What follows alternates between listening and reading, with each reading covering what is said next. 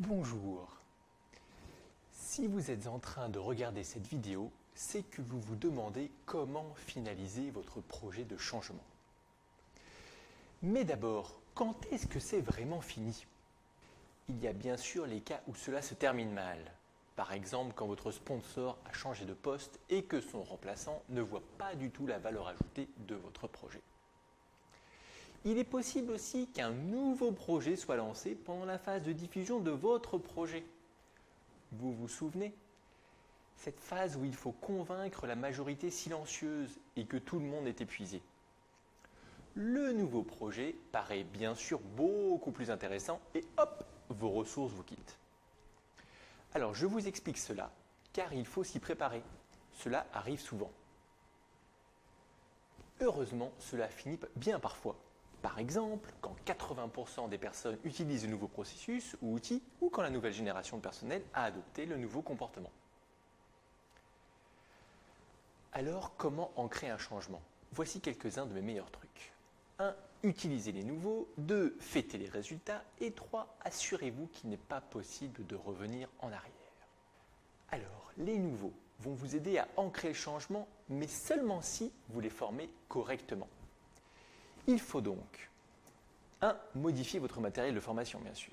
2. Mettre à jour vos règles internes de fonctionnement. Et 3. Vous assurer qu'ils sont accompagnés de parrains qui apprécient le changement et qui vont leur expliquer les bonnes pratiques.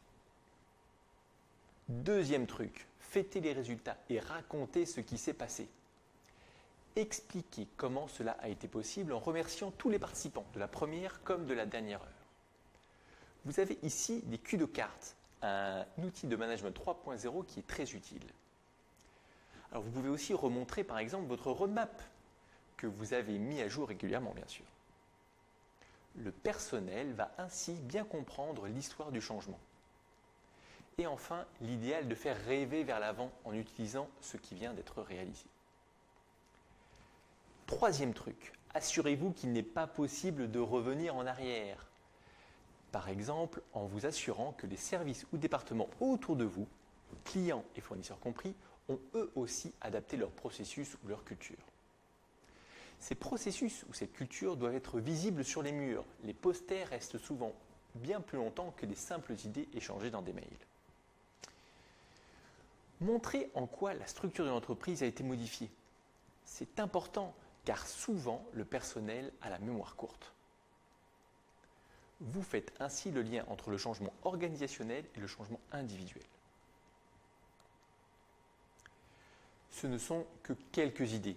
Nous pourrons, si besoin, en partager d'autres si vous venez participer à ma formation de 2 jours. Alors, pour vous inscrire, envoyez-moi une demande à l'adresse qui est affichée ici, co comme Christophe Oudot, @humansanco.com. Alors, c'est le moment pour moi de vous offrir un cadeau qui pourra vous être utile autant au début qu'à la fin de votre projet de changement. Il s'agit de la liste des 52 meilleures questions à se poser pour réussir un changement. C'est très pratique à parcourir avant de commencer un changement ou quand on est à court d'idées ou d'énergie. Je vous envoie une version électronique sur simple demande à cette même adresse qui se trouve ici. Je vous souhaite un bon changement. À bientôt!